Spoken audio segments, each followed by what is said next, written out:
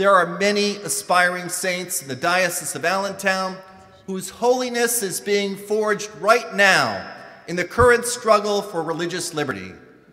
In pursuing the cause of religious liberty, we are reminded of the words of the Second Vatican Council in the Declaration on Religious Freedom. The human person has a right to religious freedom. This freedom means that all men are to be immune from coercion on the part of any human power, in such wise that no one is to be forced to act in a manner contrary to his own beliefs. The right to religious freedom has its foundation in the very dignity of the human person, as this dignity is known through the revealed Word of God and by reason itself. We are also reminded of language of James Madison concerning the very first of the natural rights that the framers of the Constitution insisted no government could lawfully infringe. Congress shall make no law respecting an establishment of religion or prohibiting the free exercise thereof. Finally, let us recall the immortal last words of St. Thomas More, the patron of statesmen, politicians, lawyers, and faithful citizenship. These words have echoed down the ages and inform our consciences to this day. St. Thomas More died the king's good servant, but God's first. The king's good servant, but God's first. As Christians, we strive to maintain good relations with civil authority.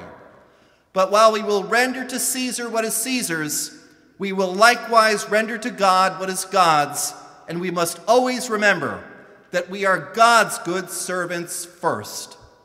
That is the nature of our calling, that is our mission, and it is not one that any one of us here today will forsake. Moreover, it is a calling and mission that is fully keeping with our American understanding of law and justice. Under our Constitution, no law, no regulation, no administrative guideline may require us to violate our religious consciences, nor may government agencies legitimately insist that our right to religious freedom exists only in the confines of our church buildings and that our ministries in the public square exist solely at their sufferance. Indeed, those contentions get it precisely backwards. Under our Constitution, it is government power that is limited and subject to regulation, not the conscience rights of Americans. Those rights were granted to us by God, not by the government, and no government agency may lawfully infringe upon them.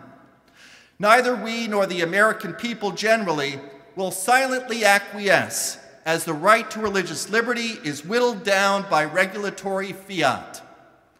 As we close this 50th anniversary celebration, we can, as Americans and as Catholics, celebrate, defend, and promote every American's right to religious liberty. The current struggle for religious liberty cannot be separated from every other civil liberty that Americans enjoy and celebrate. And the torch of the Statue of Liberty, symbolizing America's witness to religious liberty globally and internationally, cannot be dimmed or compromised. We cannot completely know how difficult this task will be in the months and years ahead, but we are committed in truth, in charity, and in prayer to this struggle, so that religious liberty may shine as brightly at our 100th anniversary in 2061 as it does today by your inspirational efforts. Father Richard John Newhouse once talked about the Catholic moment, but this is the Catholic moment for the apostolate of the laity, for all of you to speak out, to witness, and to pray on behalf of religious liberty in our land and across our world.